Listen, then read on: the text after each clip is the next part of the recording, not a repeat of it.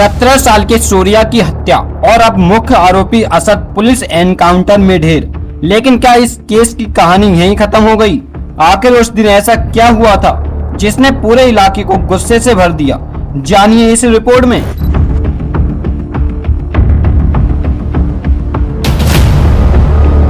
नमस्कार दोस्तों, आप देख रहे हैं क्राइम सिद्धराज और आज बात करेंगे गाजियाबाद के चर्चित सूर्या मर्डर केस की, जिसमें अब एक नया मोड़ सामने आया है।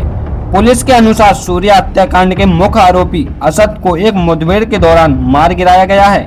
इस खबर के सामने आते ही इलाके में फिर से चर्चा तेज हो गई है। लेकिन सवाल यह है कि आखिर उस दिन क्या हुआ था और यह मामला इतना बढ़ क्यों गया। रिपोर्ट के मुताबिक 28 तारीख को बकरीद के दिन 17 वर्षीय सूर्या, जो कक्षा 10वीं का छात्र था, अपने घर से बाहर गया था। आरोप है कि उसे असद अपने साथ लेकर गया।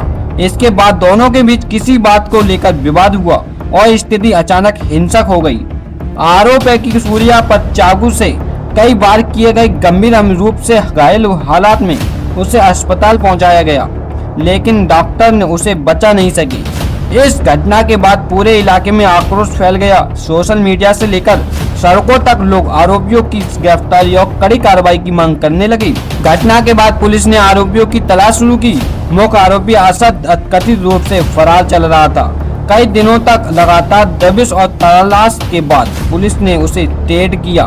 पुलिस का कहना है कि जब असद का सामना पुलिस टीम से हुआ तब उसे आत्मसमर्पण करने के लिए कहा गया, लेकिन पुलिस के अनुसार उसने सरेंडर नहीं किया, जिसके बाद मुठभेड़ की स्थिति बनी। इसी कार्रवाई में असद की मौत हो गई। हालांकि इस पूरे मामले को लेकर जांच और कानूनी प्रक्रिया अपनी जगह से जारी है।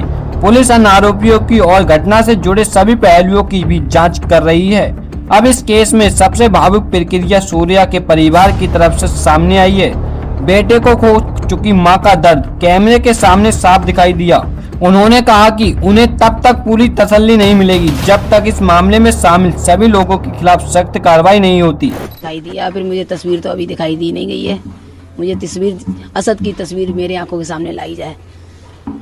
आपने जो मांग की थी एनकाउंटर की, वो तो पूरी कर दी है। हाँ, वो कर दिया, लेकिन मेरे सामने मुझे तसल्ली जब होगी जब मुझे तस्वीर दिखाई जाएगी। यहीं से कहानी एक और बड़ा सवाल खड़ा करती है।